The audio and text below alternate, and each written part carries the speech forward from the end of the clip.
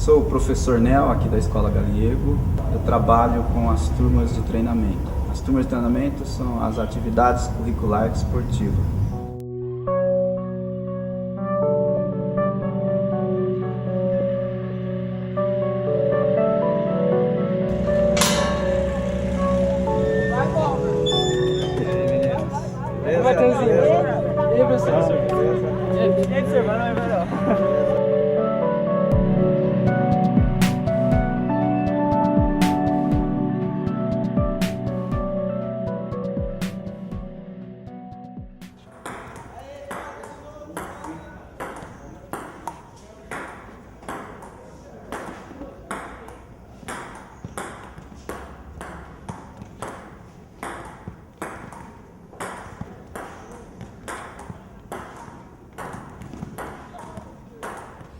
Em meados do século XIX, em meio às agitações políticas, o Brasil tenta se reorganizar. No Rio de Janeiro, em 2 de dezembro de 1837, é inaugurado o Imperial Colégio de Pedro II. O colégio tinha o objetivo de oferecer aos filhos da elite imperial uma formação secundária abrangente e diferenciada.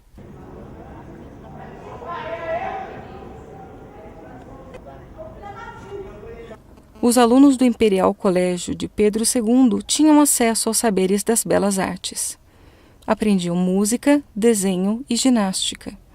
Porém, as lições de ginástica só iniciaram em 1841, quando Joaquim Silva, reitor do Imperial Colégio de Pedro II, envia ofício ao ministro secretário dos Negócios do Império, Cândido José de Araújo Viana, recomendando a contratação do ex-capitão do Exército Imperial, Guilherme Luiz de Taube, para o cargo de professor de ginástica. No ofício, o reitor ainda afirmava que a ginástica era uma prática recomendada pelas revistas médicas e oferecidas em colégios e liceus da Europa. Taube defendia que seu efeito fazia bem ao corpo e à alma. Os primeiros professores de ginástica eram, portanto, militares. A ginástica foi considerada no Brasil um meio de controle social, de formação moral e disciplinar, e de desenvolvimento e aprimoramento do físico e da saúde. Em 1851, o ministro do Império, Luiz Pedreira do Couto Ferraz, realiza a chamada Reforma Couto-Ferraz e torna obrigatória a ginástica nos colégios da corte. Contudo, não bastava a obrigatoriedade, era preciso um método de ensino comum. Um método bastante empregado no século XIX é a ginástica de quarto. Era realizada pelos alunos em sala de aula, que usavam os espaços entre as carteiras. Friedrich Ludwig Jahn, em 1860, propõe o ensino da ginástica alemã. Para ele, a ginástica deveria ter características militares. A ginástica alemã utilizava a ginástica aérea de aparelhos, a barra fixa, a barra paralela, o trapézio e as argolas. O parnasiano Rui Barbosa consolida a ginástica nas escolas ao dar parecer favorável ao Decreto-Lei nº 7.247, de 19 de abril de 1879, conhecido como Reforma Leôncio de Carvalho. Com o novo decreto, a ginástica passa a ser obrigatória e para ambos os sexos, passando a ser ministrada também nas escolas normais. Nesse momento, o professor de ginástica passa a equiparar-se ao das outras disciplinas. Década de 20, o Brasil afrancesado experimenta um momento de ebulição. Palavras francesas, vestimentas, diversão, pensamentos dominam o panorama e, como não deveria deixar de ser, ganha espaço nas escolas o método de ginástica francês. Esse panorama muda rapidamente. A partir da semana de 22, tem início o movimento vanguardista que pregava a valorização da cultura nacional. O modernista Mário de Andrade foi responsável pelas primeiras contratações de professores de educação física no Brasil. Isso em 1935, quando criou os parques infantis destinados às crianças e aos jovens, e contratou, como parte do quadro de funcionários, os primeiros professores de educação física. Provavelmente oriundos do Instituto Superior Isolado de Educação Física de São Paulo. Hoje, Escola de Educação Física e Esportes da Universidade de São Paulo. Durante o período varguista, as aulas de educação física foram usadas como método para elevar o espírito nacionalista. Grandes concentrações de estudantes e exibições de ginástica foram praticadas à guisa de exibir o ufanismo nacional. Em 1961, entrou em vigor a primeira Lei de Diretrizes e Bases da Educação Nacional, LDB número 4024. As diferentes estruturas de educação escolar receberam a denominação de primário e o ginásio também com 4 anos. Realizada por meio das atividades naturais, jogos, atividades rítmicas, dramatizações, atividades complementares, visando abarcar a totalidade do desenvolvimento do aluno, inclusive a atitude postural adequada, com a coordenação sensório-motor, o refinamento dos sentidos e o aumento da sensibilidade rítmica, favorecendo a coeducação e o conhecimento dos costumes do país.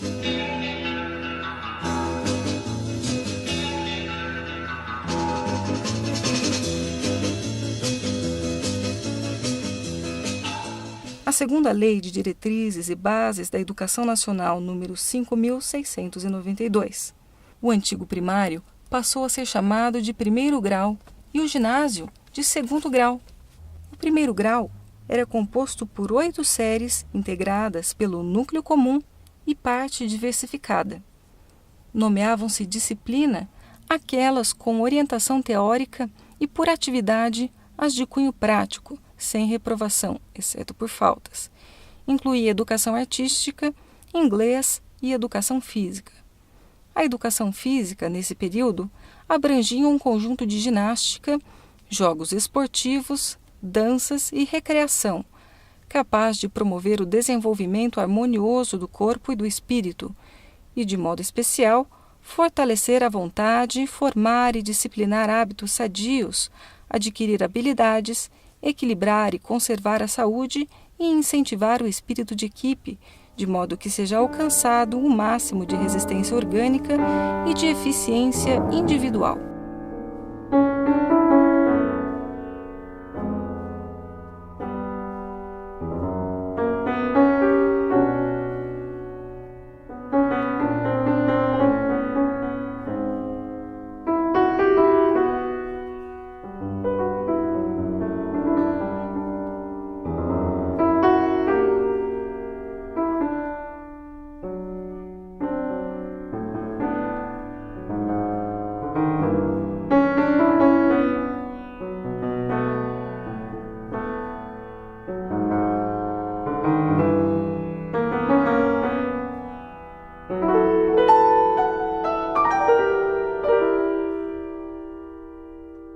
A partir de 1985, com a instalação do processo democrático, abriram-se novas propostas curriculares em todas as disciplinas e atividades foram desenvolvidas.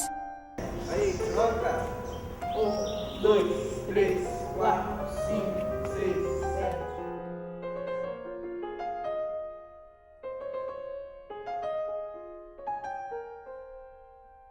Esse processo de intensa discussão acerca dos conteúdos escolares terminou em 1992 com a publicação do modelo final das propostas curriculares para o primeiro e segundo graus.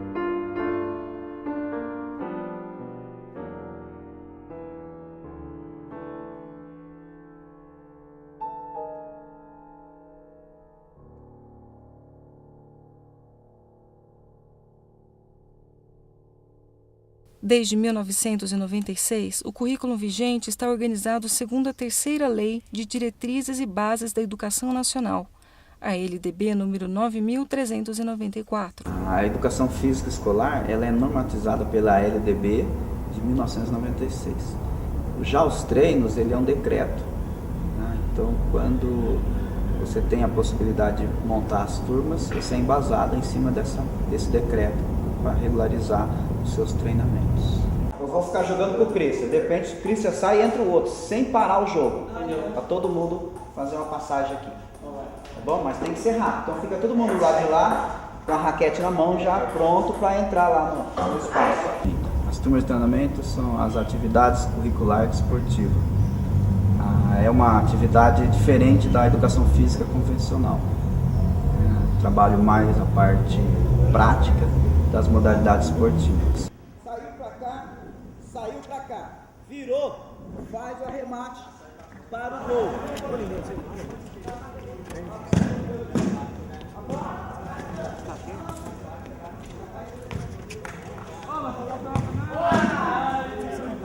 Hoje eu estou com o treinamento de futebol, com xadrez e com o tênis de mesa. Tem categoria infantil, categoria mirim.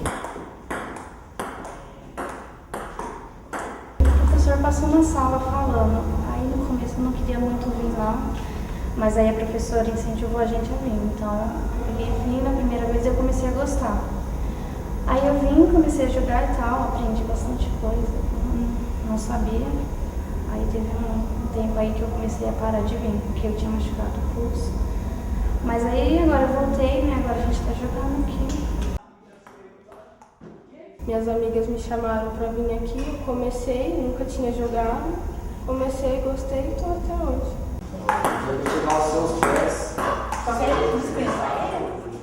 Então, a gente foi pro campeonato lá na diretoria de ensino. E foi bem legal, porque tinha bastante escola, então a gente competiu com bastante, acho que foi umas 2 salas. Mas achei interessante, porque a gente foi em 4 meninas e jogou as 4 meninas. Então foi bem legal. Tênis de mesa exige mais agilidade, né? Do que o xadrez? É mais movimento. Tá. E o xadrez? O xadrez é mais pensar, né? Raciocínio. Tem alunos que chegam aqui para os treinos desconhecendo a modalidade esportiva, né, não tendo contato nenhum com esse esporte. E aí você vê a desenvoltura, o crescimento desse aluno, ao ponto de a gente até conseguir levá-los a uma participação em campeonatos. Né? Obrigado, minha mãe. Essa hora é... Ei, troca. Não, o tênis de mesa é que é mais a individualidade, né? Você tá lá na hora do jogo, você tem que se virar, que ninguém vai poder te cobrir. Já no futebol é o coletivo, né? Se você errar, o outro pode jogar por você, pode fazer a diferença por você.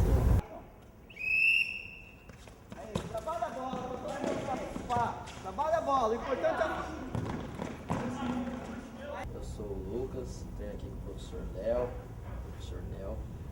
Eu acho que é uma oportunidade muito bacana essa atividade aqui na escola, para muitos que não têm condição de estar pagando uma escolinha, ou então que ainda não teve uma oportunidade de fazer um teste, conseguir passar e gosta mesmo do futebol.